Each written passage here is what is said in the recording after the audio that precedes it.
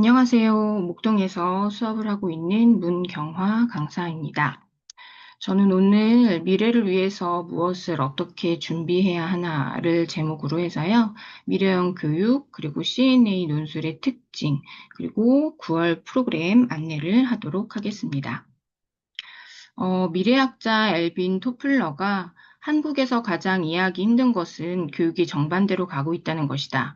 한국 학생들은 하루 15시간 이상을 학교와 학원에서 자신들이 살아갈 미래에 필요하지 않은 지식을 배우기 위해 그리고 존재하지도 않을 직업을 위해 아까운 시간을 허비하고 있다. 지금 한국의 교육제도는 산업화 시대의 인력을 만들어내기 위한 것이다. 라고 2007년도에 얘기를 했는데요. 현재 2025년 우리나라의 교육은 과연 어떻게 바뀌었을까요? 4차 산업혁명, 인공지능, AI 기반 교육 플랫폼, 융합교육. 아마 다들 한 번쯤은 들어보셨을 용어일 텐데요. AI 디지털이 주도하는 환경에서 인공지능 시대의 교육이 열렸습니다. 학습자 중심의 맞춤 교육, 역량 중심 교육, 창의성과 협업을 중시하는 교육인데요. 이 교육 환경에서 또 요구되는 인재상이 호모 파베르입니다. 호모 파베르란 도구를 사용하고 창조하는 사람이라는 뜻을 가지고 있는데 오늘날 우리 학생들이 바로 이 호모 파베르이지요. 때문에 디지털 부작용은 피하면서 현명한 사용법을 배워야 하는 태도도 필요합니다. AI 시대가 요구하는 핵심 역량 세 가지를 정리했는데요. 첫 번째는 메타인지 능력입니다. 메타인지라는 것은 무엇을 내가 잘 알고 있고 무엇을 모르는지에 판단하는 능력인데요. 그것을 바탕으로 스스로 학습을 계획하고 실행하고 평가하고 조절할 수 있어야 합니다. 또한 더불어서 창의적 문제 해결 능력, 협역 능력 또한 요구되고 있습니다. 시대가 앞서 봤듯이 바뀌었습니다. 시대가 바뀌면 시대가 요구하는 인재상도 바뀌게 되어 있고 그 인재상을 교육해야 되는 교육 환경도 바뀌어야 됩니다. 그렇기 때문에 현행 교육 시스템도 좀 살펴보고자 하는데요. 2028학년도 대입제도 개편이 되었고 고교 학점제가 도입이 되었습니다. 그리고 수행평가는 현재 초중고 모두 진행하고 있는 교육입니다. 공정성을 확보하고 통합적, 융합적 교육을 유도하겠다라는 목적하에 수능 시험이 개편되었고요. 교육 개혁과 교실 수업의 혁신도 필요하다라고 해서 내신의 변화도 이루어졌습니다. 그래서 국어, 수학은 선택 과목이 폐지되고 탐구 영역에서는 공통사회, 공통과학으로 단일화가 되었습니다. 내신 성적은 9등급에서 5등급제로 편제가 되었습니다. 그러면서 내신은 서술형과 논술형의 평가가 강화되고 있는 실정인데요. 확정된 2028 학년도 대입제도의 핵심은 국어, 수학, 사회, 과학 탐구 영역이 모두 선택 과목 없이 통합형으로 시험이 치러진다는 것입니다. 이것은 과목 간의 벽을 허물고 융합적인 학습을 유도한다는 계획일 텐데요. 개별 과목의 지식을 묻는 암기 위주의 평가에서 벗어나서 논리적 사고 역량을 키우는 융합 평가로 개선이 되었다고 보시면 되겠습니다. 더불어서 논서술형 평가를 확대해서 미래 사회에 필요한 역량과 사고력을 측정하려고 개편이 된 것이다라는 맥락으로 이해를 해주시면 됩니다.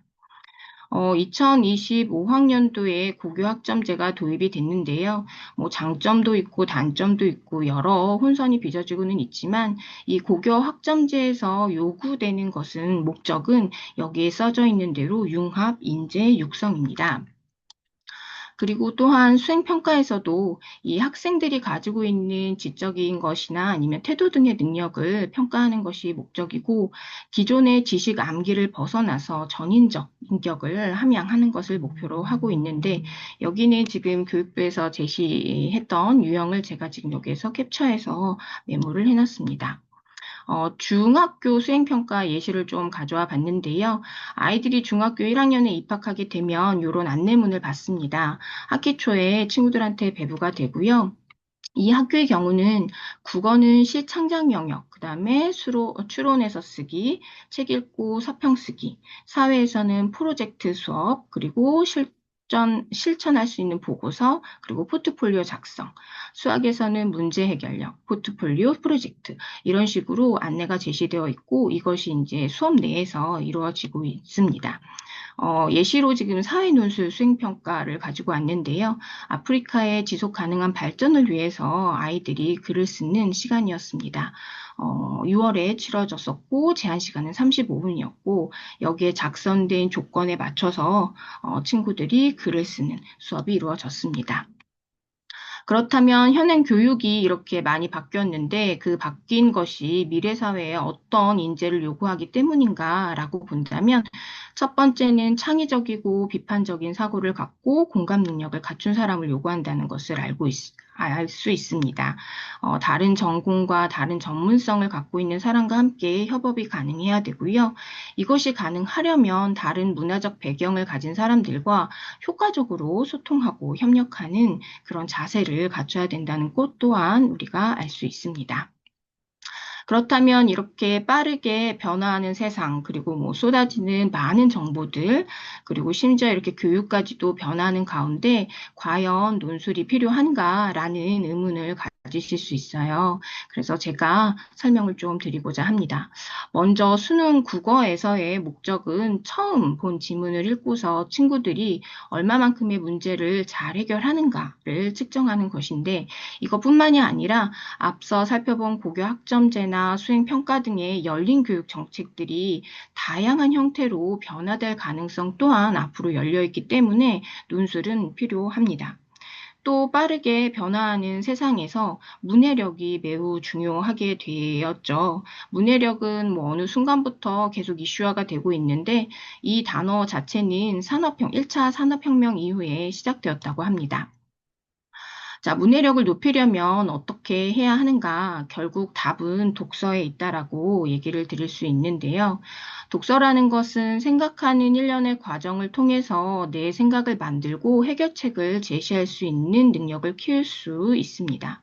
이 독서를 통해서 문해력을 키우고 이 문해력의 격차가 학교에서의 학습 격차뿐만 아니라 사회 경제적 격차로 이어지기 때문에 매우 중요하게 다뤄지고 있고 계속 이슈화가 되고 있는 것 같습니다. 그렇다면 앞으로 우리 친구들이 어떤 태도를 가져야 하는가? 저는 총 4가지를 가지고 왔는데요.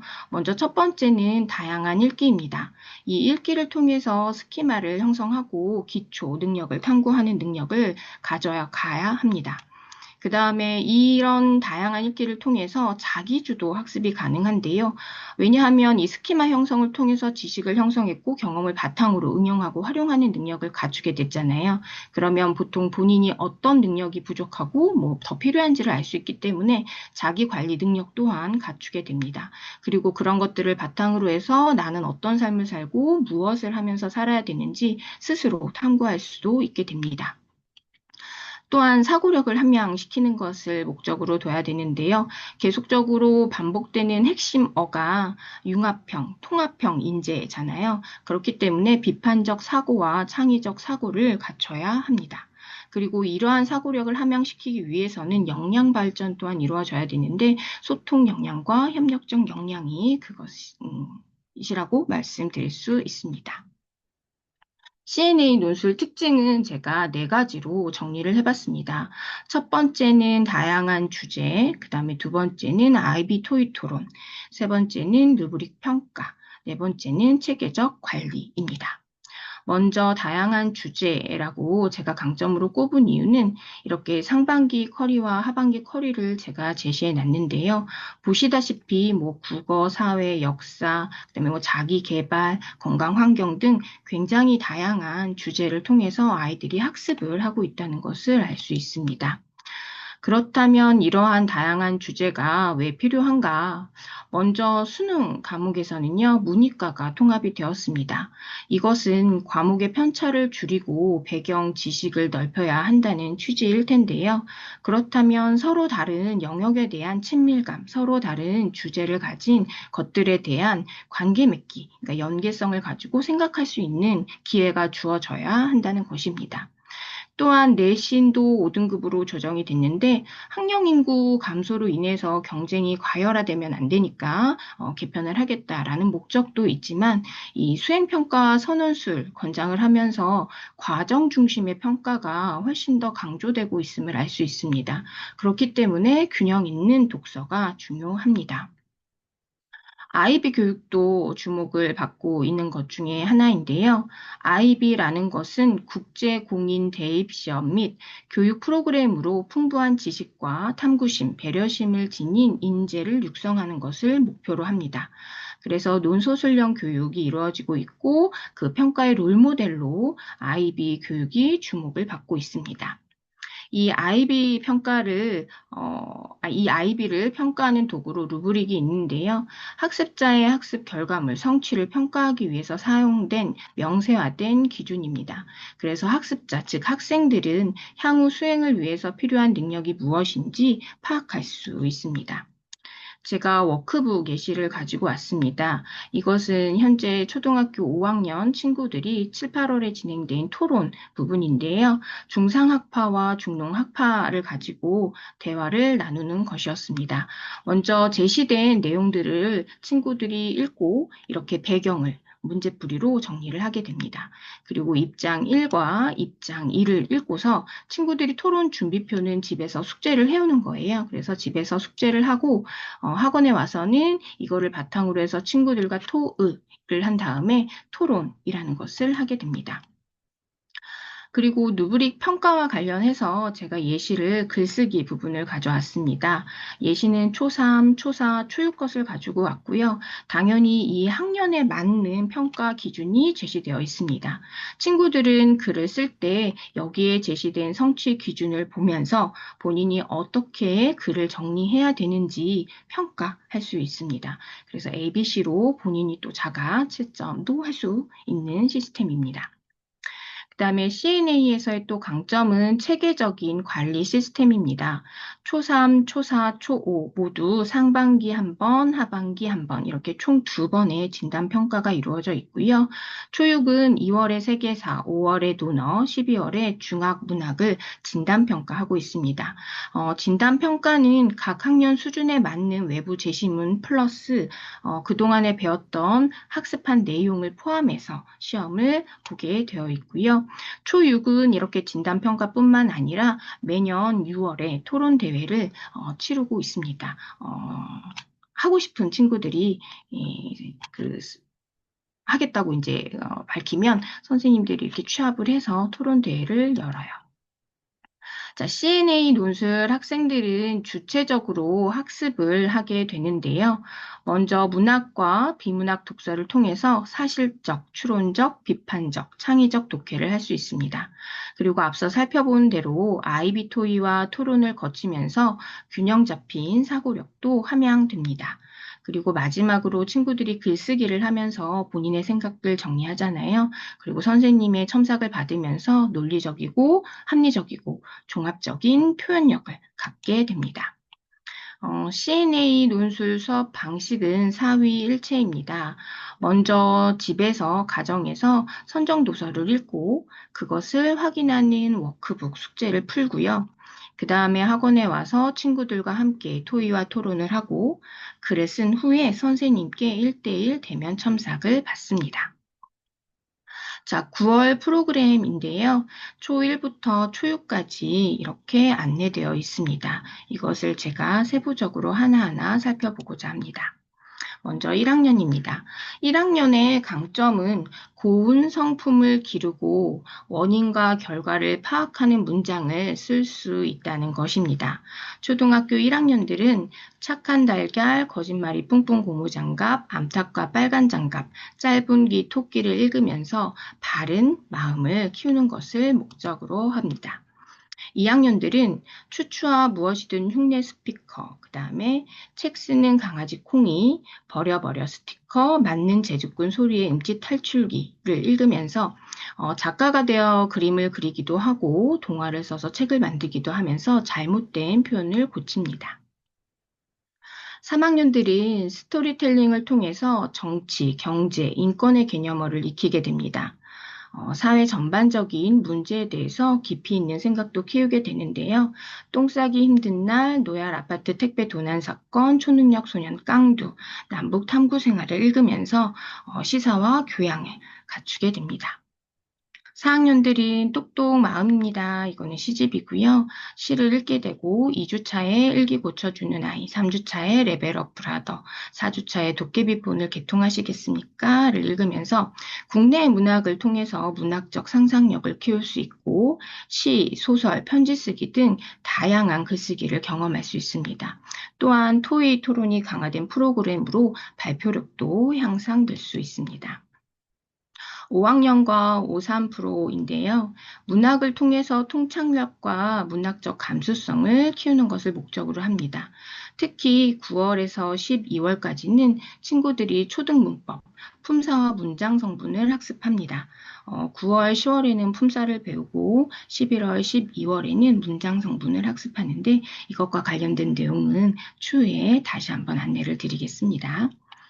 5학년들은 담을 넘은 아이, 오빠 생각, 긴긴 밤, 호랑이를 부탁해를 읽게 되고요. 그다음에 초3%는 윤촉의 실종 사건, 푸른 사자 완인이, 도둑의 수호천사, 트리깁의 샘물을 읽고 생각을 키우게 됩니다.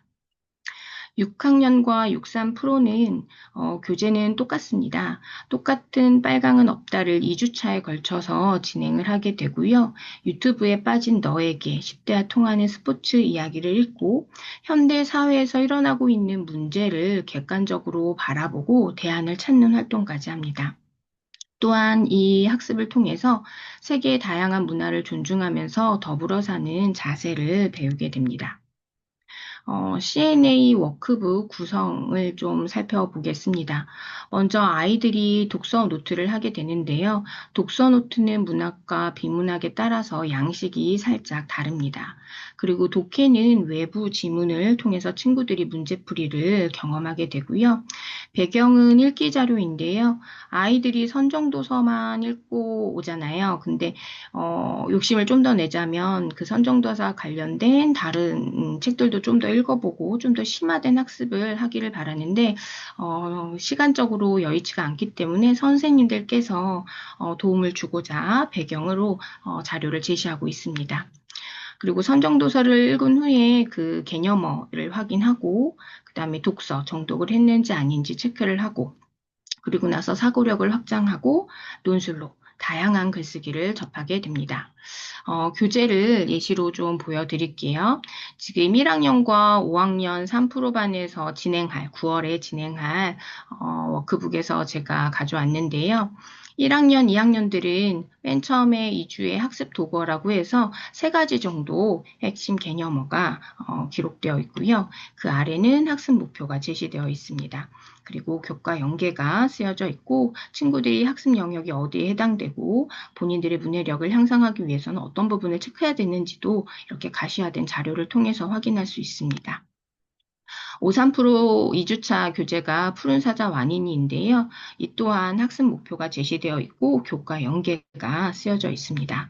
이 학습 목표는 수업 목표를 제시하는 것이어서 친구들이 이 학습 목표를 읽으면서 내가 어떤 것을 배우게 될 것이고 어떤 것을 내가 몰랐으니까 어떤 것을 채워야 할 것이고 이렇게 스스로 판단도 가능합니다. 그리고 이 핵심어나 교과 연계를 통해서는 개념을 숙지한 다음에 내가 응용할 수 있는 부분이 어디에 무엇이 있는지를 체크할 수 있습니다. 독서 노트 예시인데요. 1학년들은 지금 이렇게 그림으로 그림을 그리고 그 다음 페이지에 가장 인상 깊은 장면을 쓰게끔 되어 있습니다. 2학년들은 책을 읽은 후에 인물과 사건, 배경으로 이렇게 간략하게 메모를 한 후에 다시 문장으로 줄거리를 적어보도록 되어 있습니다.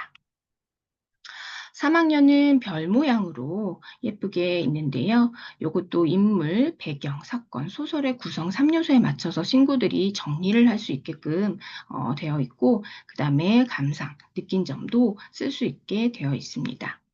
4학년들은 본인들이 스스로 키워드를 찾아서 이렇게 메모를 하게 되어 있고 인상 깊은 장면과 자기가 어떤 인물에 초점을 두고 읽었는지 체크할 수 있게 이렇게 쓰도록 되어 있습니다.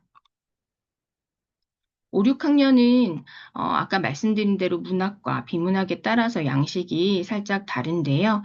요 왼쪽에 있는 것이 문학을 읽었을 때입니다. 문학을 읽고 키워드를 적은 후에 줄거리를 작성합니다. 그리고 나서 기억에 남는 문장을 정리하고 느낀 점과 도서 평가를 하게 됩니다. 비문학은 줄거리를 쓰기보다는 질문을 하게끔 되어 있습니다. 본인이 중요하다고 생각하는 질문들을 여기다 적고 그것에 대한 답안을 제시하는 것입니다. 당연히 워크북에 있는 질문을 쓰는 건 아니고요. 그 외에 본인들이 추가적으로 알고 싶은 것이나 아니면 생각해야 될 거리들을 여기에서 정리를 하고 그리고 나서 도서 평가를 하게 됩니다.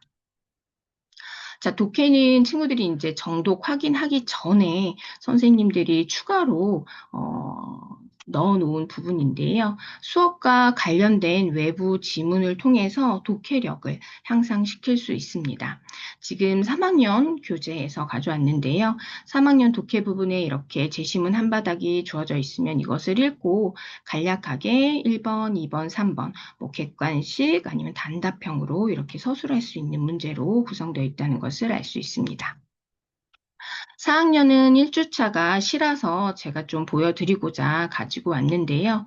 시 또한 외부 지문이 이렇게 시로 제시되어 있고 이 시를 읽은 다음에 친구들이 이렇게 간략하게 또 문제를 풀 수 있습니다. 5학년은 담을 넘은 아이에 대해서 공부를 하게 되는데 여기에 여성차별, 조선 후기를 배경으로 하고 있기 때문에 여성차별이 그려지고 있거든요. 그래서 그것과 관련된 제시문, 말랄라 유사프자이와 관련된 제시문을 읽고 그것에 따른 또 문제를 이렇게 3개 정도 풀게 되어 있습니다. 아까 말씀드린 대로 5학년들은 9월부터 12월까지 문법을 배우게 된다고 했는데요. 문법이 이렇게 정리되어 있습니다. 먼저 친구들이 배워야 할 개념들이 잘 정리되어 있고요. 이 설명이 끝난 부분에는 이렇게 박스 부분으로 명확하게 구조화해서 친구들이 살펴볼 수 있도록 제시되어 있습니다. 그리고 이것을 바탕으로 친구들이 문제를 풀게 됩니다. 문법은 숙제로 나가는 경우도 있지만 대개는 수업에서 선생님의 설명을 듣고 그리고 문제를 푸는 것을 저희는 원칙으로 하고 있습니다. 자, 배경은 아까 말씀드린 대로 친구들이 선정 도서와 관련해서 주제를 확장하고 심화시킬 수 있도록 선생님들께서 주는 자료인데요. 이렇게 시 부분에서는 시란 무엇일까요? 그리고 시에는 어떤 형식이 있을까요? 와 같은 자료를 보면서 친구들이 시를 좀 더 이해할 수 있게 했고요. 이렇게 QR코드로 제공이 되는 자료들도 있으니까 집에서 아이들이 살펴볼 수 있도록 해주시면 좋겠습니다. 그리고 4학년 4주차에는 도깨비본을 개통하시겠습니까? 라는 책을 읽게 되는데 요거의 배경은 작가와 관련된 것입니다. 그래서 작가의 종류에는 소설가와 수필가 등등이 있다고 안내되어 있습니다. 6학년 걸 가지고 왔는데 6학년 거에는 유튜브에 빠진 너에게라는 책을 읽게 됩니다. 그거와 관련해서 이렇게 모바일 미디어를 소비하는 방식에 대해서 그래서 스티브 잡스의 이야기를 이렇게 실려놨고요. 보시면 이렇게 색깔로 굵은 글씨체로 조금 개념이 낯선 어려운 것들이 있는데 이것도 이렇게 용어 정의가 되어 있습니다. 그래서 친구들이 읽으면서 막히는 부분은 이 단어들을 살펴보면서 읽고 내거화 시키면 되겠습니다. 자, 어휘 파트입니다. 1학년 이 말 아나요? 라고 제목이 붙여져 있고요. 1번 문제는 낱말의 지닌 뜻을 짐작하는 파트입니다. 그래서 이 그림을 보면서 녹초가 뭐지? 라는 것을 생각하고 그리고 이것을 바탕으로 해서 이렇게 문장이 주어지면 이 가로 안에 들어갈 낱말을 찾아서 정리하게끔 되어 있습니다. 이번 문제는 아이들에게 문장을 쓰라고 하고 있는데요. 2문장 이상으로 표현해 보라고 했습니다. 그래서 서술형으로도 친구들이 이 말 아나요를 정리할 수 있습니다. 자, 2학년의 이 말 아나요입니다. 자, 여기 보시면 어휘력 늘리기라고 되어 있는데요. 제시된 단어를 보고 이렇게 형광펜으로 그어진 체크된 부분을 보고 이렇게 뜻에 맞는 것을 이렇게 연결해서 본인들이 찾아가는 연습을 합니다. 그리고 이번 문제에서는 유의어를 그리고 반의어를 학습하게 되어 있는데요. 언어는 확장하는 게 굉장히 중요하잖아요. 그래서 비슷한 말 그리고 반대되는 말을 배우면서 언어를 좀 더 넓히게 됩니다. 그래서 이렇게 학습을 하고 3학년의 어휘는 실질적으로 친구들이 찾는 연습을 하게끔 되어 있습니다. 그래서 국어사전에서 찾아서 적어보세요라고 되어 있고요. 요 해당되는 단어를 국어사전에서 찾아서 여기 뜻을 정리하면 됩니다. 그리고 이 단어들을 바탕으로 해서 이렇게 문장에 맞는 낱말을 찾아서 괄호 안에 넣어서 쓰도록 하게 되어 있습니다. 그리고 2번에서는 요 제시된 것에서 틀린 낱말을 찾아서 바르게 고치는 학습을 하게 되고요. 3번에서는 속담도 배우게 됩니다. 식은 죽 먹기, 도토리 키재기, 바늘도둑이 소도둑 된다라는 것을 이렇게 알맞은 뜻을 찾아서 연결하면 되겠습니다.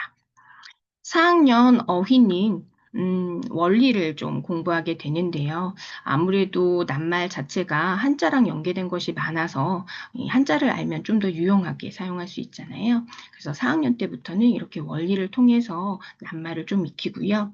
이번에서는 아까 3학년과 마찬가지로 틀린 맞춤법을 찾아서 바르게 고치는 활동을 하게 됩니다. 5학년은 1번 문제는 선정도서와 관련된 어휘를 공부하는 거예요. 그래서 보기에 제시된 단어를 이렇게 괄호 안에 넣어 쓰는 건데 여기 제시된 1번부터의 6번까지 문장은 선정도서에 있는 문장입니다. 그래서 선생님들께서 수업 때 추가로 이 단어들을 활용해서 짧은 글 짓기를 하는 선생님들도 계십니다. 5학년 필수어휘라고 해서 2번에서는 이 보기에 주어진 단어를 바탕으로 이 의미 맥락과 비슷하게 쓰인 것들을 찾거나 의미 맥락과 다른 것들을 찾는 활동을 하게 됩니다. 그리고 아까 저학년에서는 속담 표현을 배웠다면 이렇게 고학년에서는 관용 표현을 또 익히는 시간도 가져봅니다. 53%의 어휘인데요. 1번은 다 비슷합니다. 첫 번째 선정도서를 바탕으로 해서 단어를 파악해야 되기 때문에 보기에 쓰여진 단어를 책에 나온 문장에 맞춰서 정리할 수 있게끔 문제를 구성했고요. 두 번째는 한자성어. 이렇게 호연지기가 나와 있으면 뜻을 먼저 정리를 한 후에 그 다음에 이 제시문을 읽고 이 어떤 것이 해당이 되는지 번호를 골라서 기호를 적으면 되겠습니다. 6학년들은 1번 문제는 이렇게 선정도서에서 어휘를 익힌 것을 바탕으로 가로 넣기를 하게 되는 거고 2번은 응용을 해서 친구들이 실생활에서 적용할 수 있게 되어 있는 부분인데 문장을 읽으면서 단어를 넣어서 이렇게 활용이 되는구나 라는 거를 체크할 수 있습니다. 그리고 이번은 개념어 학습입니다. 매스미디어, 데이터 스모그, 알고리즘, 덤바의 수 이게 이제 책 속에 나와 있는 개념어인데요. 이것을 제대로 알고 있는지 없는지 이렇게 문제를 통해서 확인을 하고 있습니다. 3번은 한자 성어 문제인데요. 이렇게 나와 있는 것을 바탕으로 뜻을 정리하고 아까 초등학교 5학년들이 했던 것처럼 제시문에 맞는 한자 성어를 찾아서 정리합니다. 자, 어휘의 목표는요. 첫 번째는 핵심 개념어를 학습하고 그것을 얼마만큼 이해해서 활용하고 응용하느냐. 이게 가장 중요하다고 볼 수 있습니다. 그리고 두 번째로는 친구들이 한자성어, 속담, 그리고 관용어 등등등의 어휘를 확장해서 좀 더 공부할 수 있게 구성되어 있고요. 그다음에 문장 내에서 이 배운 어휘들, 개념어들을 얼마나 적확하게 표현할 수 있느냐를 체크할 수 있는 부분입니다. 어휘는 문해력과도 굉장히 밀접한 연관이 있기 때문에 어휘는 반드시 친구들에게 익혀야 하고 외워야 하고 또 활용해서 자꾸 써야 된다라고 강조를 합니다. 언어 활동이 많은 가정과 적은 가정을 비교했을 때 어휘수의 차이가 약 3천만 개나 났다는 것을 알 수 있습니다. 그만큼 어휘가 중요하다는 것을 보여주는 것인데요. 친구들이 이 워크북을 풀면서 어휘 확장을 잘 했으면 좋겠습니다. 그 다음에 이제 친구들이 책을 잘 읽었는지를 체크하는 부분인데요. 1학년들은 잘 읽었나요? 라고 하면서 여기에서는 이제 문제 유형들을 좀 봐주시면 돼요. 틀린 거를 찾거나 아니면 OX 퀴즈로 이해를 잘 했는지 체크를 하고 또 3학년의 예시를 보시면 이렇게 괄호 안에 이렇게 빈칸에 들어갈 말을 찾고 정리하는 거, 그다음에 문제를 읽고서 박사님이 준 게 뭔지, 그것의 용도가 무엇인지 서술형으로 정리를 하는 문제도 있습니다. 시는 아무래도 친구들이 개념어 자체가 어렵기 때문에 워크북에 이렇게 개념어를 제시해주고 있습니다. 운율이 무엇인지, 심상이 무엇인지 배운 후에 그것과 관련된 문제를 이렇게 풀게 되어 있습니다. 5학년의 예시에서는 이 보기를 모두 활용해서 문장 쓰는 거를 하게끔 되어 있었고요. 그 다음에 7번은 이 제시문을 읽은 상황을 이해하면서 왜 이러한 부탁을 하게 되었는지 정리를 하는 문제로 구성되어 있습니다.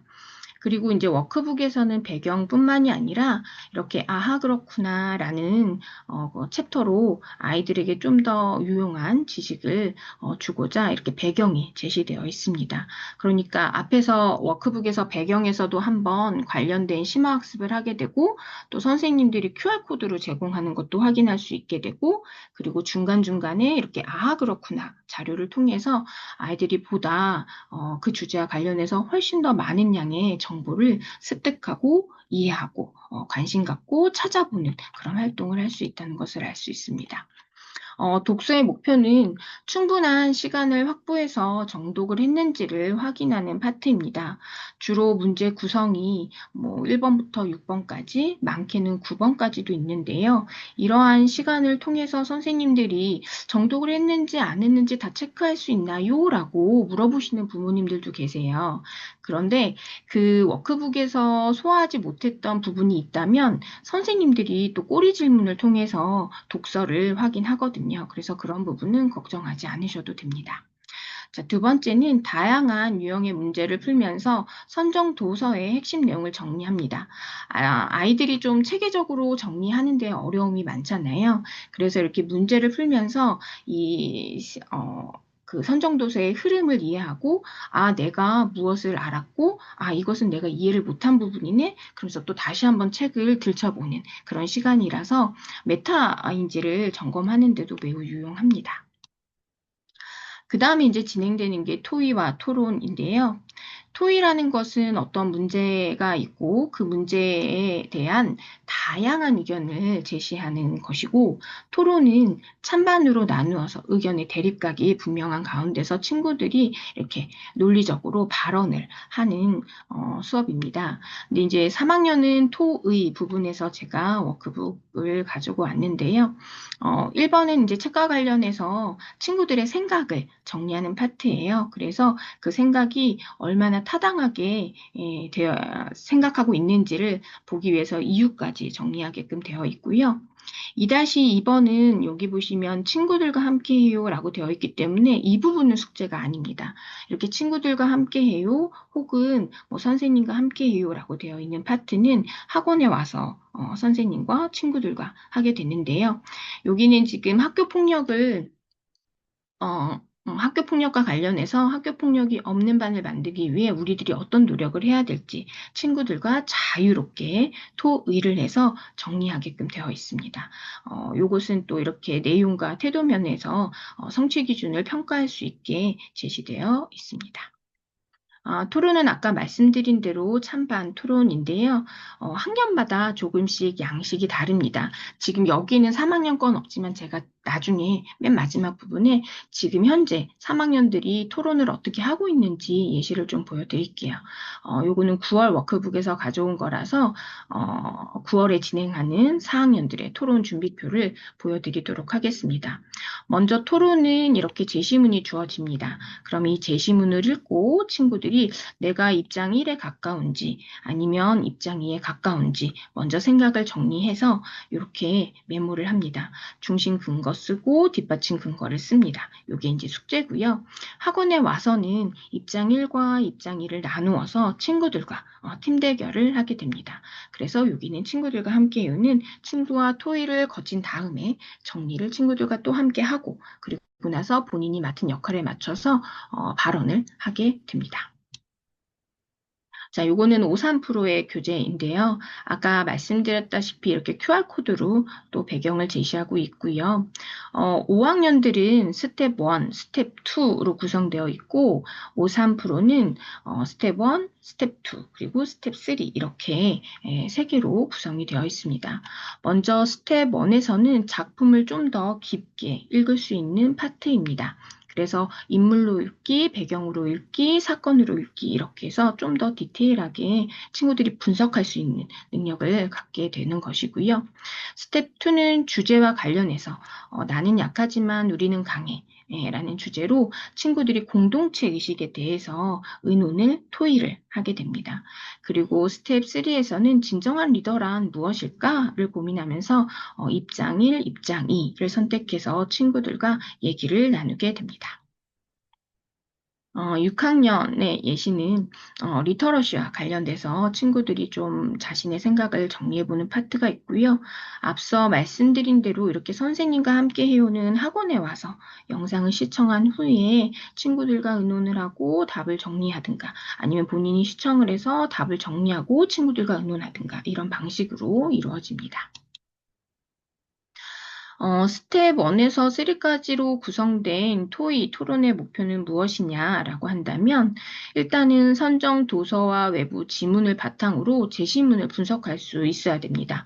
친구들이 선정 도서와 외부 제시문이 주어졌을 때 아무래도 이렇게 구조화하는 연습이 잘 안 되어 있어서 분석하는 데 굉장히 어려움을 많이 느끼거든요. 그래서 그 구조화하는 연습을 1번, 2번, 3번 이렇게 문제를 풀면서 익힐 수 있고요. 그러면서 다양한 관점을 또 가져갈 수 있습니다. 주제, 그 다음에 요약, 추론, 비판 등 다양한 서술 문제를 연습하면서요, 당연히 사고력도 확장할 수 있습니다. 그리고 토의와 토론을 하기 때문에 친구들의 발표량도 있잖아요. 그래서 발표도 연습할 수 있고 그 발표를 하는 가운데 친구들과 협업해야 되는 부분, 소통해야 되는 부분들도 있기 때문에 협업 능력과 소통 역량도 증진될 수 있습니다. 논술, 글쓰기 파트인데요. 1학년들은 아직 글 쓰는 게 이렇게 긴 글을 쓰는 건 조금 버겁잖아요. 그래서 1번 문제는 이렇게 질문에 대한 답변을 쓰고 2번 문제는 그림 일기로 본인들의 생각을 표현하는 것으로 되어 있습니다. 4학년은 지금 다 루브릭 논술인데요. 이렇게 도움말들이, 조건들이 주어져 있으면 이것을 참고해서 문제에 맞게 글을 정리하면 됩니다. 1번 문제는 초등학생의 스마트폰 사용이 바람직한지 주장하는 글을 써보는 거여서 서론, 본론, 결론 이렇게 짜임새 있는 글을 연습하게 되고요. 이번에서는 이 도깨비폰 아무래도 이제 스마트폰과 관련된 내용이기 때문에 나만의 도깨비 폰, 나만의 도깨비 앱을 자유롭게 상상해서, 그러니까 어떻게 보면 이제 창의적인 부분이 들어가는 건데, 그것을 통해서 친구들이 또 학습을 합니다. 그래서 지금 예시는 이렇게 주어져 있고, 친구들이 워크북을 보면 맨 뒷부분에 부록이 있거든요. 그럼 그 부록에 맞춰서 이렇게 한 줄로 소개도 하고, 그림을 창의적으로 또 그려보고, 그것을 또 친구들과 함께 나누면서 즐거운 시간을 보낼 수 있습니다. 6학년의 논술입니다.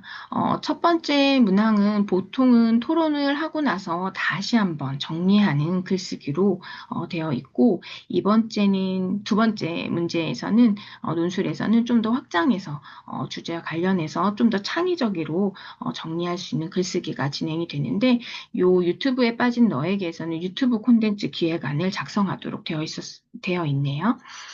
논술은 보통 첫 번째와 두 번째 문제로 구성이 되어 있는데 이것을 학원에 와서 다 하는 것은 아니고요. 두 개 중에 하나를 선택해서 원고지에다 쓰게 됩니다.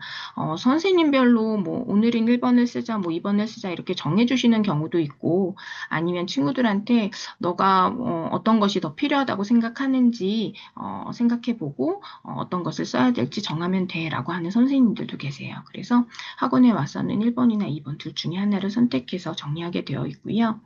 6학년은 이제 중학 대비를 좀 해야 되잖아요. 그래서 수행평가 다지기를 통해서 또 한 번 친구들이 과정 중심의 글쓰기를 하게 됩니다.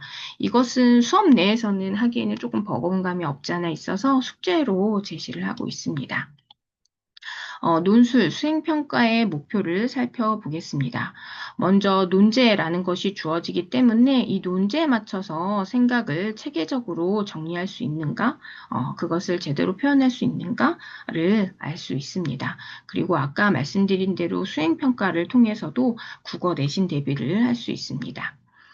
스스로 이렇게 수행평가를 준비하면서 강화되는 논수령, 논서수령을 대비할 수 있는데, 과제로 제시하는 부분도 있고 아니면 수업 내에서 이루어지는 부분도 있지만 지금 수행평가에 논란이 되고 있는 부분은 과제를 좀 줄이자 하잖아요. 그래서 이제 수업 내에서 아까 제가 예시에서 35분 안에 어떤 주제를 가지고 논술을 쓰게끔 되어 있었는데 친구들이 그냥 아무런 배경 지식 없이 그런 논제를 접하게 되면 어떻게 써야 될지 그리고 어떤 내용으로 채워야 될지 내가 무엇을 어떻게 구성해야 될지 잘 모르잖아요. 근데 이렇게 학원에 와서 관련된 주제들을 다양하게 접하면서 글을 쓰게 되면 당연히 이렇게 논서술형에 대비해서도 어떤 효율성 있는 공부를 할 수 있다는 것을 알 수 있습니다. 또 내용과 형식 대면 첨삭으로 글쓰기의 교정을 받아서 본인들이 실수하고 있는 부분, 본인들이 미흡한 지점들을 체크해서 다음번에는 좀 더 완성된 글쓰기로 발전된 모습을 보일 수 있습니다. 제가 워크북 예시를 가지고 왔는데요. 이거는 현재 지금 수업 중에 있는 내용입니다. 지금 요거는 3학년 파트예요. 3학년들이 철학이라는 주제로 공부를 하고 있는데 생각 쉼표가 앞서 살펴본 이제 독해 파트예요. 선정도서 바로 들어가기 직전에 독해력을 향상시키기 위한 외부 제시문이 실린 파트인데요.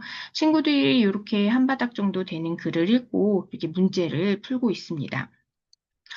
저는, 아이들이 이제 틀린 거를 이렇게 색깔펜으로 좀 정리를 할 수 있도록 해요. 이렇게 지우개로 지우는 것보다는 이렇게 색깔펜으로 내가 어느 부분을 틀렸는지를 체크해 놓게 되면, 아까 말씀드린 메타인지에도 도움이 되기 때문인데요.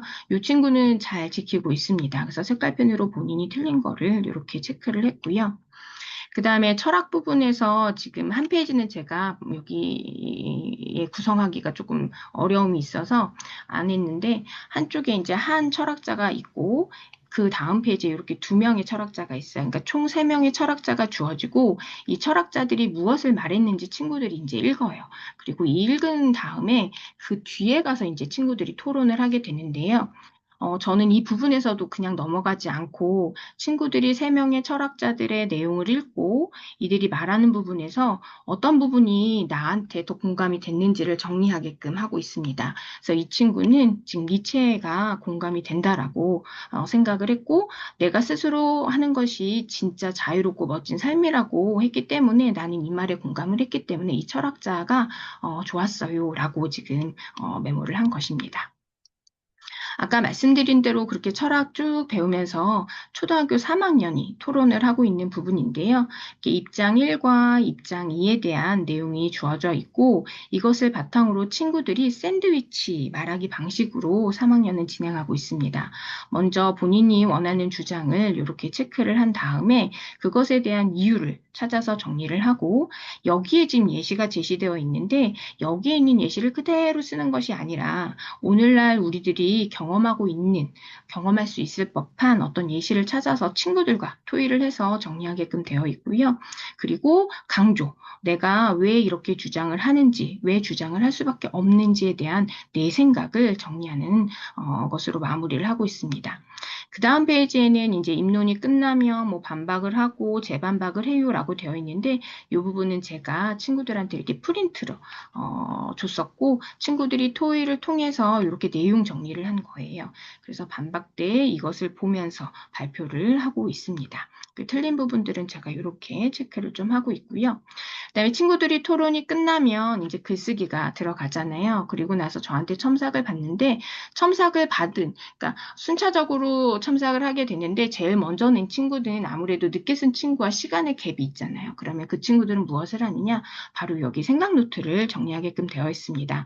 오늘 배운 주제, 오늘 배운 내용들을 떠올리면서 본인들이 이렇게 키워드를 바탕으로 해서 문장 쓰기를 하는데 이렇게 체크를 하면서 진행을 합니다. 요거는 지금 6학년 거를 가져왔어요. 6학년들은 지금 이게 로봇 소년 학교에 가다라는 거였는데 소설을 읽고 이렇게 키워드를 정리하고 그 다음에 줄거리를 구체적으로 정리하고 인상 깊은 문장, 페이지까지 다 정리를 합니다. 그리고 나서 느낀 점, 도서 평가를 하게 되어 있는데 여기 보시면 이 친구는 4줄, 여기 3줄 이렇게 썼잖아요. 보통 친구들이 어려워하는 게 도서 평가이거든요. 그래서 주로 뭐 한 줄, 2줄 이렇게 써오는데 그런 친구들은 다시 쓰라고 네, 하고 있습니다. 그래서 이렇게 완성된 것을 볼 수 있고요. 배경 제시 이렇게 주어지면 친구들이 글을 읽으면서 중심 문장에 밑줄을 긋는다든가 아니면 내가 몰랐던 사실을 뭐 새로 알게 된 내용이 있으면 그 부분에 밑줄을 긋게끔 하고 있습니다. 그래서 이 친구는 지금 연필로 그었는데 뭐 연필만 써야 된다 그런 건 아니고요. 뭐 형광펜이 될 수도 있고 아니면 색연필이 될 수도 있습니다. 그리고 나서 이제 독해 부분 문제풀이가 들어가는데 아까 말씀드린 대로 저는 친구들의 메타인지를 위해서 지우개를 사용하기보다는 이렇게 색깔펜으로 체크를 하게끔 지도하고 있습니다. 그래서 이 친구가 지금 추가된 내용 수정할 부분들을 이렇게 색깔펜으로 본인이 정리를 했고요. 수업 내에서 이렇게 답을 맞춘 다음에 본인들이 이 루브릭 평가 표를 보면서 자신들의 점수를 이렇게 평가하게 되어 있습니다. 그래서 요거를 통해서 내가 이런 부분이 부족했구나라는 걸 또 한 번 인지할 수 있습니다.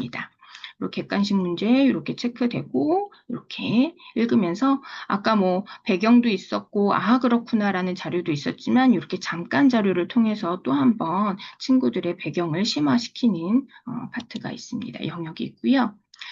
독서 노트 앞서 살펴본 대로 보통은 친구들이 이렇게 형식에 맞춰서 글쓰기를 진행하는데요. 이 친구는 날짜를 보시면 2023년도 친구예요. 어, 근데 이 친구는 매번 독서 노트를 이렇게 너무나 정성껏, 너무나 예쁘게 해서 제가 이 친구한테 허락을 받고 예전에 이렇게 찍어놨던 자료입니다. 그래서 요렇게까지 하는 친구도 있구나라고 봐주시면 돼요.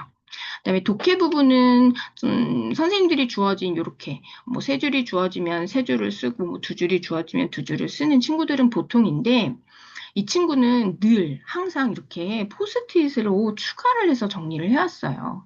그러면 이제 일단은 이 성실성 그리고 본인은 또 되게 성취감을 느낄 거잖아요. 그래서 되게 좋은 예시라고 생각하실 수 있는데 실은 반대입니다. 좋은 예시는 아니에요. 왜냐하면 이 친구 선생님들이 이렇게 답을 뭐 2줄이다 3줄이다 줬을 때는 그만큼의 분량만 채우면 되는 것이거든요. 그러니까 그렇게 많이 쓸 이유가 전혀 없는 건데 이 친구는 지금 좀 오버가 된 거죠. 그래서 현재 이 친구는 저한테 요약하는 방법을 배우고 있고 그것을 통해서 다시 한번 정리를 하고 있습니다.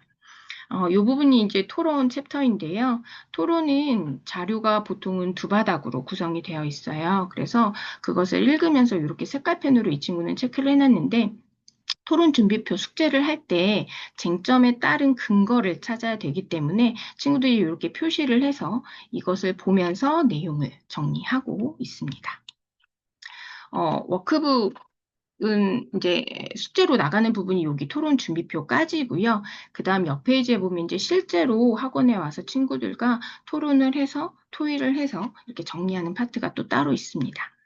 지금 요거는 워크북 예시인데요. 친구들 글쓰기 부분입니다. 이 첫 번째는 지금 3학년 친구예요. 이 3학년이 이렇게 주제에 맞게 개요도 짜고 그리고 글을 정리했어요. 그리고 저한테 첨삭을 받았는데 부족한 내용이 있어서 제가 여기다 이렇게 메모를 해주면 이 친구들은 다시 첨삭을 받은 후에 자료로 돌아가서 이 부분과 관련돼서 또 이렇게 글을 정리합니다. 그리고 나서 저한테 또 첨삭을 받거든요. 그럼 제가 이렇게 확인했다는 표시를 또 합니다.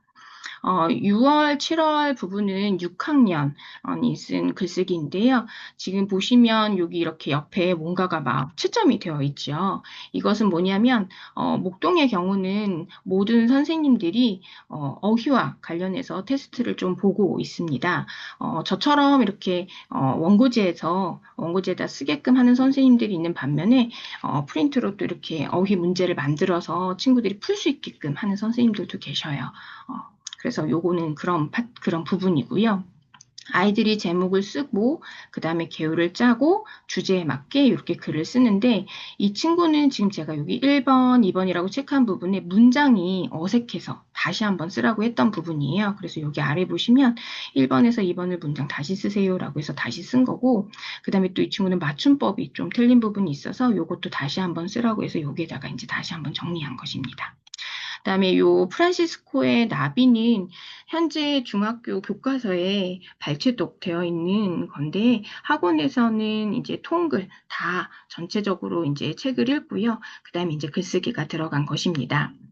이 친구는 구조상에 조금 미흡한 지점이 있어서 제가 번호로 1번, 2번, 3번 이렇게 구성하는 건 어때요? 라고 안내를 했고 그것을 이렇게 다시 한번 정리하는 시간을 가져봤습니다. 6학년들은 그 논술 파트 다음에 수행평가가 있는데요. 수행평가는 아까 제가 중학교 예시를 보여드렸잖아요. 다양한 유형의 글쓰기를 하는데, 그것들을 좀 대비하기 위해서 저희도 다양하게 준비를 했습니다. 그래서 이거는 지금 PPT 제작하고 발표하는 것을 하는 걸로 이제 예시가 있고 또 하나는 이제 서평 쓰기였는데 1단계, 2단계 선생님들이 이렇게 정리할 수 있게끔 워크북을 제작하셨습니다. 지금 현재 6학년들이 수행평가를 어떻게 하고 있는지 좀 보여드리고자 제가 가지고 왔는데요. 이거는 친구들이 50대 50이라는 책을 읽고서 수행평가를 진행한 거예요. 그림을 보고 그림이 무엇을 말하는지 적어보세요라고 했을 때 이 그림을 일단은 관찰을 하고 이게 뭐지? 라고 이제 분석을 해야 되잖아요. 근데 이 친구가 내용은 잘 썼는데 키워드가 빠져 있어서 제가 그림 가해는 인간 중심이다라는 키워드를 좀 넣어야 돼라고 지금 메모를 해놨어요. 그리고 지금 이 첫 번째 친구랑 두 번째 친구는 다른 경우인데 같은 수행평가인데요. 한 친구는 사진 자료를 활용해서 이렇게 정리를 했고 또 다른 친구는 본인이 그림을 그려서 이렇게 정리를 했습니다. 그리고 이것과 관련해서 친구들이 사례 정리하고 문제점을 찾아서 어떻게 해결하면 좋은지를 썼는데 여기 해결책에서는 대안이 제시되는 게 중요하기 때문에 두 친구 모두 제가 대안을 제시하라고 썼습니다. 그리고 요 부분이 이제 로봇 소년과 관련해서 진행했던 파트인데요. 네컷 만화 그리기였어요. 그래서 이 친구는 지금 주제를 정할 때 인공지능의 쓰임이라고 해서 좀 구체적으로 쓰지를 못한 것 같아서 제가 워크북 104페이지의 제시문을 좀 읽은 다음에 그것을 참고해서 다시 한번 정리를 하라고 시켰고 여기 네 번째 컷이 없어요. 그리고 끝 하고 마무리를 했거든요. 그래서 이 친구한테는 장점을 다시 한번 생각하면서 활용 범위를 넓히는 그림으로 좀 더 채워 넣어라라고 했습니다. 그리고 요 두 번째 친구는 네 컷만 하는 연계성 있게 잘 그렸는데 이 문제를 좀 놓쳤더라고요. 그래서 인공지능이 우리 생활에 미치는 영향이나 역할을 좀 알 수 있게 명확하게 네 컷만 하로 구성했으면 좋겠다라고 해서 이 친구는 다시 한번 옆 페이지에다가 정리를 한 케이스입니다. 제가 여기까지 준비는 했고요. 네, 예, 고맙습니다. 녹화 네. 마치겠습니다.